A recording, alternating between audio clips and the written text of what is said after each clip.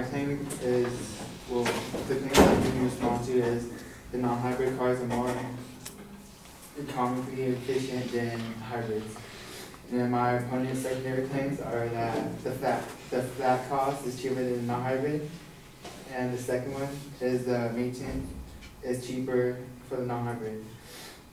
And in response to the secondary claim one, that the flat cost is cheaper for the non-hybrid, he said that the Honda Civic DX costs $16,500 and the Prius costs $19,000. And then the difference is about $2,500. But then again, you also get incentives for hybrids. And in an article by Clean Vehicle Rebate Project, it said that the project was made to increase the sales of zero-emission cars and hybrids, and then which also gives the consumers that bought the hybrids up to $2,500 back. So that $2,500 already covers the difference from the Honda and the Prius.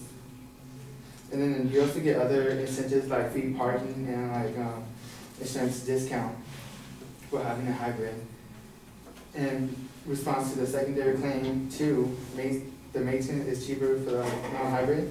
His example included that the battery replacement for the Prius was expensive and may have to be replaced in 7 years. And he also said that the Honda have just like small maintenance stuff like oil changes. But I also found that in an article, Toyota hybrid battery replacement cost guide, it says that it could be several owners or hundreds of thousands of miles down the line before the packs require replacement, at which point the car itself may be well past its prime. That backs up by stories like the 300,000 miles Ford-shaped hybrid taxis, and the Consumer Reports recently tested a 2003 Prius with 200,000 miles and found its performance had barely diminished. So in conclusion, he was only comparing two cars out of the 2,000 cars that are out there, which doesn't help prove his claim that non-hybrids are economically efficient than hybrids.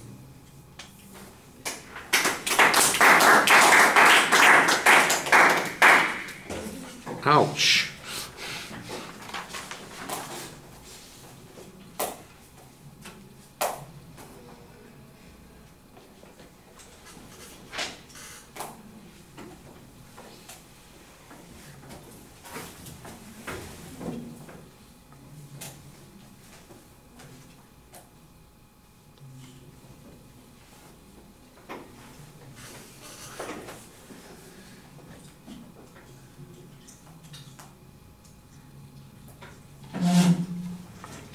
All right, well, everything is labeled pretty clearly. It did feel a little bit like you're rushing at the beginning, and you don't need to do that. The cost comparison issue is handled very nicely by talking about incentives for hybrids and explaining that there are some kind of rebate. I guess assume it's a government rebate or a tax rebate or some kind of discount that they receive.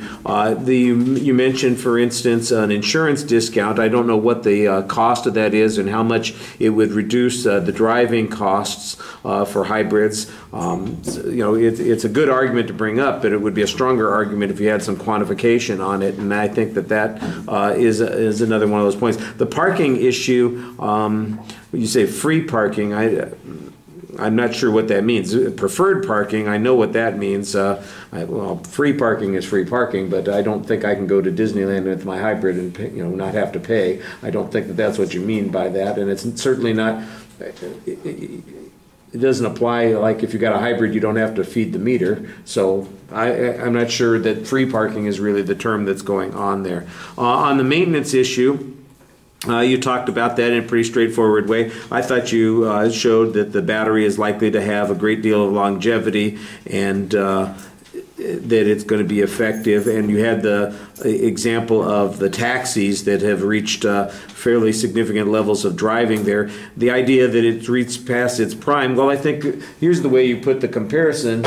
look, you know, maybe a hybrid vehicle is you're going to have to replace the battery for $6,000 after you've driven it 200,000 miles. But you know what? Most people buy a new car at that point anyway. You know, if you were going to get work done on a regular Toyota at that particular point, your car probably wouldn't be worth the $6,000 that the battery would be costing. So have you really lost anything in comparison? I think that you've got a pretty straightforward comparison there.